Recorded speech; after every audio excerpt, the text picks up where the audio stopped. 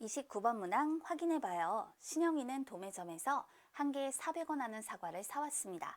사온 사과 중 50개가 썩어서 버리고 나머지 사과의 20%의 이익을 붙여 팔았더니 전체적으로 6,000원의 이익을 얻었습니다. 신영이가 처음에 사온 사과는 모두 몇 개입니까? 처음에 사온 사과의 수, 이거 모르니까 우리 네모개라고 한번 표현을 해볼게요. 원래 이거 이익이라고 하는 것은 어떻게 구할 수 있는 걸까요?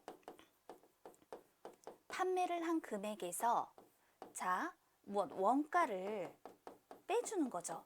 그랬을 때 이익이 얼마인지를 알 수가 있는 거잖아요. 그러면 여기서 판매가, 총 판매를 한 금액은 어떻게 되는 걸까?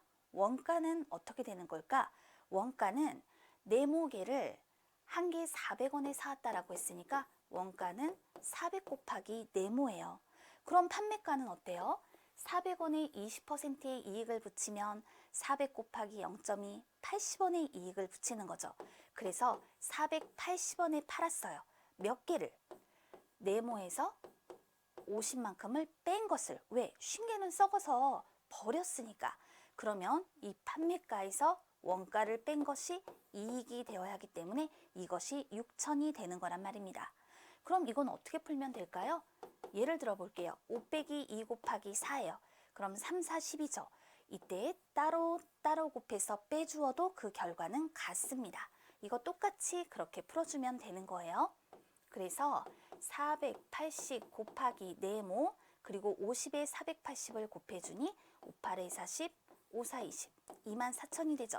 따로따로 곱해서 빼주면 된다. 그리고 뒤에 빼기 400 곱하기 네모를 해서 6천과 같습니다 라고 표현해 주는 거죠. 그렇다면 이들의 차를 구해보세요. 네모 480개에서 네모 400개를 빼니까 네모가 80개가 남습니다. 이것은 어떻게 표현이 될까? 6천에 24,000을 거꾸로 더하니까 이것이 3만과 같습니다. 네모는 3만을 80으로 나누는 거예요. 그랬더니 83, 24, 87에 56, 바로 40 이렇게 표현이 되면서 375, 신영이가 처음에 사온 사과는 모두 375개가 되는 것을 구할 수 있는 것이죠. 그런데 이렇게 생각해 볼 수도 있어요. 우리 한 개에 지금 80원만큼의 이익을 얻게 되는데요. 실제로 전체적으로 6,000원의 이익을 얻었다라는 것은 지금 이 썩어서 버린 거 400원짜리 50개를 버렸잖아요. 그러면 2만 원만큼의 손해를 봐야 하는데도 불구하고 6,000원의 이익을 얻었다라는 건 2만 원만큼을 그 이익금이 메꾸고도 6,000원이 남았다라는 뜻이죠. 따라서 26,000원의 이익을 실제로는 얻은 거예요.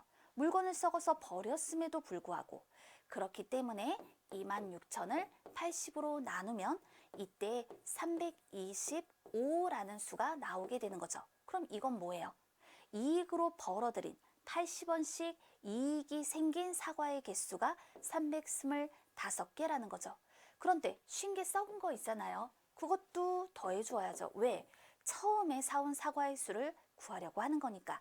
따라서 이런 경우 375개입니다 라고 그 답을 표현해 줄 수가 있겠습니다.